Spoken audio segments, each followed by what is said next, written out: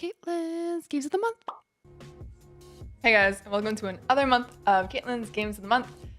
June was pretty big for me because I had streamed for 400 days in a row. Yeah, 400 days, even while going through med school. So speaking of med school, actually, I also became 1/4 a doctorb. There's no real way to officiate this. I just found out that I passed all my exams, so I'm now 1/4 a doctorb. I was also on some STEM panels with HP Canada, talking about opportunities in STEM. I spoke to the president and CEO of HP Canada too to talk about STEM. If you don't know what STEM is, it's science, technology, engineering, and then math, or maybe medicine. It's not, it's math, but I like to say medicine. But anyways, I played a lot of great games in June. One not so great game that I was hyping up so much, and it ended up being such a letdown. So I'm going to get into these, talk about them, see how they went, see how they are, see if I think that you should buy them or not. So let's get into it. First game of the month, Day of the Tentacle remastered. But wait, we have to do some foreshadowing first. It seems like one of the Kaitlyn's Game of the Month games. Who knows? Maybe this game will make an appearance on that list. You know, who knows? Maybe this is foreshadowing. Maybe I'll include this very clip right now in my Game of the Month. Hey, can someone actually clip this for me so that I don't have to clip it? Oh, hey, you know what? How I asked you to send... Okay, Lifington, you know how I asked you to clip that one thing and send it to me? Wait, what? This is the remastered version of the LucasArts 1993 game Day of the Tentacle, also known as Manic Mansion 2 Day of the Tentacle, or something along those lines. It's actually a considerable price on Steam. For a point-and-click adventure, of course, from 1993, it is actually $14.99 USD. This is another one of those games, though, where it will probably go on sale, but you know what? It's so good. Even if you play this in your childhood, I'm gonna take a wild guess that you probably don't remember all of it. There's so many different puzzles in this. There's so many.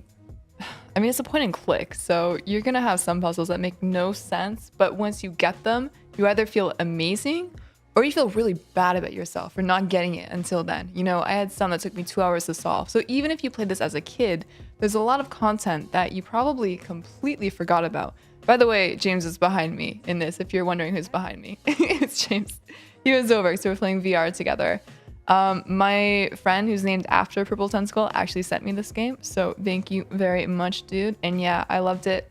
I really enjoy watching people play The Curse of Monkey Island. I watched Brent play that before. I think those are amazing. I've never played them for myself, but it is something I want to do.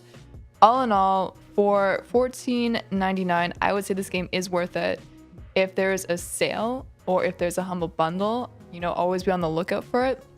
But otherwise, I really like this game. And yeah, even if you played it in your childhood, you probably don't remember it.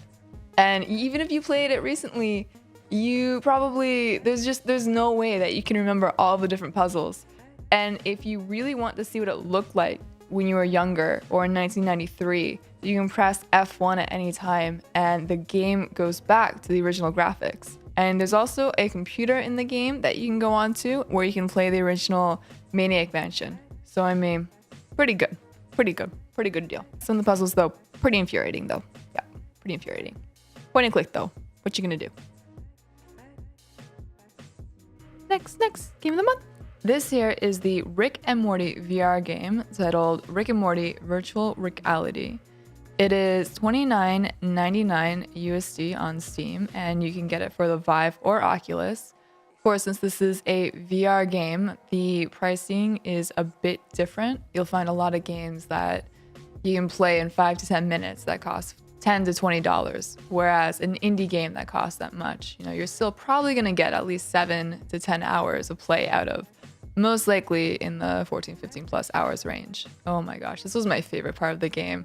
Wow, I'm really including this? Okay, fine, let's do it. So my favorite part of this was this mini game that's in it. This is called Troy. If you've ever seen Rick and Morty, they go to Chips and Blitz at one point and they play Roy. So this is kind of like the knockoff version of it. As you can see, everything is made out of cardboard. It's so good though. I played so much Troy. In fact, I don't want to replay the base game. I just want to play more Troy. I'm not kidding. I freaking love Troy so much. I played this other game that the voice actor for Rick and Morty voiced, and maybe the team who does Rick and Morty made, and that one was amazing. I would replay that one. 3 fucking hours, he wouldn't die. He wouldn't die. I'm okay, I'm not supposed to be doing this. You're here for that reason.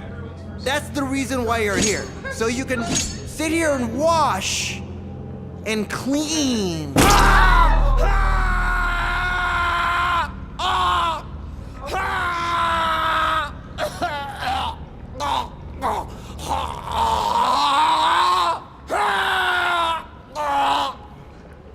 So in terms of the pricing, for $29.99, you do get a lot of playtime.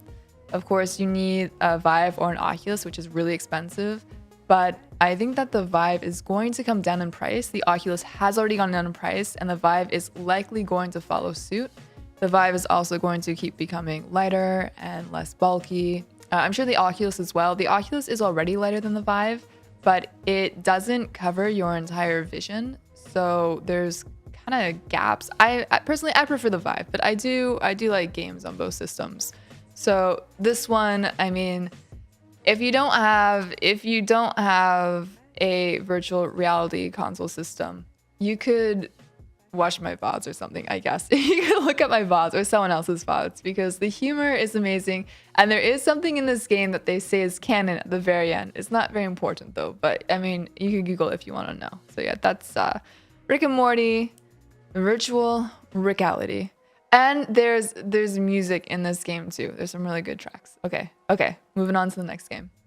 I can't believe I showed this clip here too. Next game of the month. I am so sorry for only just mentioning this now. This game is amazing. It is what I'm currently not addicted to, because you're all addicted, not me. I'm free. I'm so sorry, because the Steam sale was just on last week, and this game was down to I think $10 USD, maybe like $12.99 CAD. There's a DLC out for it. Not necessary to get. The DLC is, I don't think it was affected by the sale, so I think it's still like $10 or $12 USD.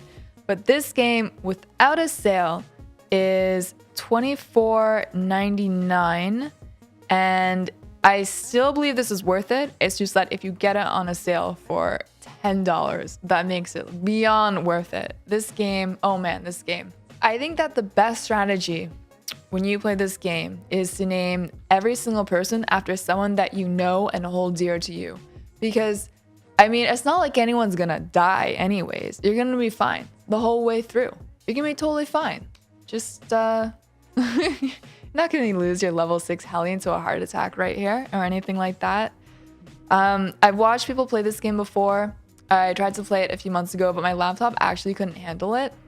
You'd be surprised about how much processing power is required for this game. If you have a gaming laptop, I mean, obviously it's gonna be fine, but I tried to play it and stream it. Right, that's what it was. I tried to play it and while streaming it, and it didn't work so well. So I think if you don't try and stream it and you just try and play it on a laptop, then just a 13-inch MacBook would run it, or something comparable to a 13-inch MacBook that's from 4 years ago. So I'm very distracted right now because I don't want to see this happen again. It hurts because I name all of my characters after subs and people I know. Oh man, it sucked. It sucked losing her. So the best part about this game is that I think it's really fun to play it while you watch streamers play it. If you're someone that likes watching streamers, this is like the best game to play alongside streamers, because I mean, you can decide on the pace of the game. There are a lot of inventory keeping in check actions that you can do in town, and while you put people away to be flagellated or in the brothel, you know, to relieve stress, you can watch what the streamer's doing. A lot of streamers have storylines for my characters. Of course, like I said, my characters are named after subs, so it's fun to follow along with those.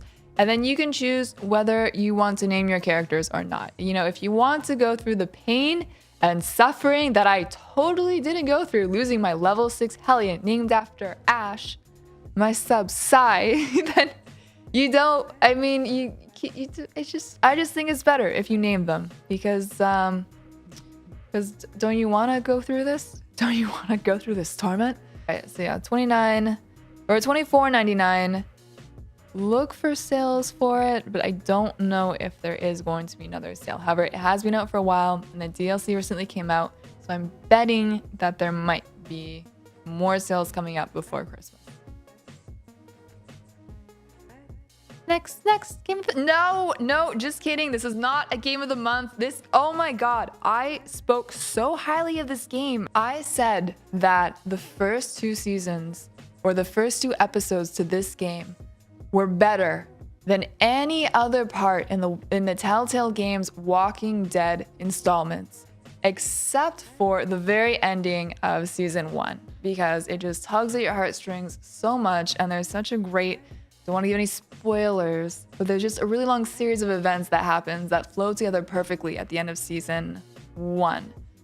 But man, the ending came out in June for this. So if you don't know what this is, I don't know if I had it on my title screen actually.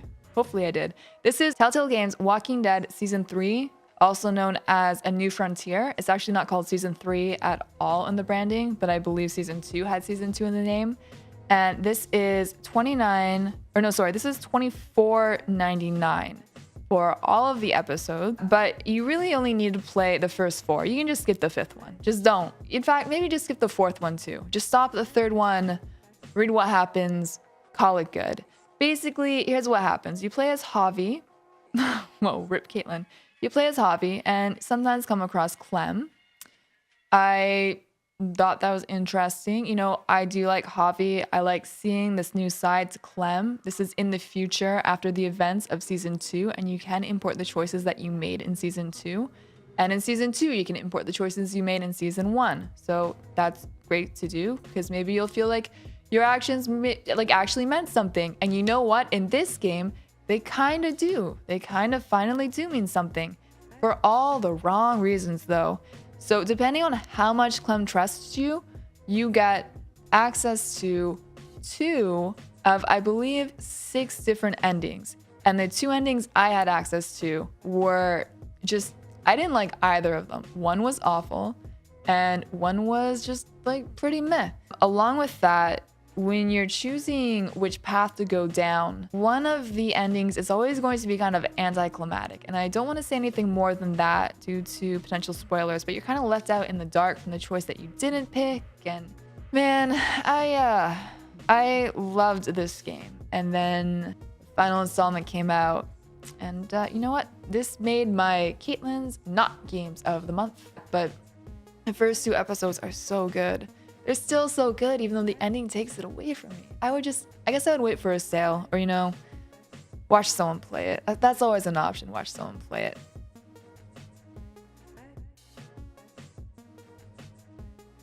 Last game of the month, I went to Ripley's Aquarium in Toronto, and it was great, so I figured I'd include it since I stream from there.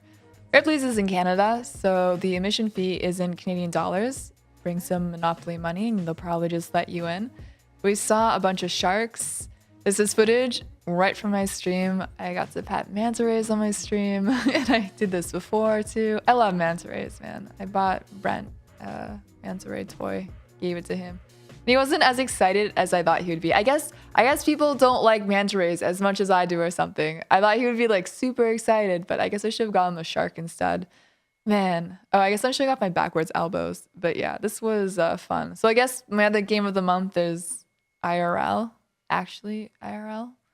Maybe just finding manta rays to pet. That's my last game of the month. Yeah. This will take our minds off of the ending to The Walking Dead. Totally. I'm completely distracted. I've already forgotten about it. Just concentrate on the nice little manta rays. Man, that one's so big. Did I touch that one? Oh, yeah, I did. Whoa, cool. It's spotted. All right. So I hope you enjoyed my games of the month. And I hope that you didn't enjoy The Walking Dead. Well, if you did, it's fine. Maybe you got a good ending. Okay. Maybe you liked it. It's fine. It's fine. I got some really, really bad endings. One was just kind of like awful. And then the other one was, I mean, like I said, just nothing really happened. So anyways, hope you enjoyed. And I'll be back next month, of course. I already know what July is going to have in it. I think it's going to be like a month of triple A's that I enjoyed. So see you then. Thanks for watching, as always.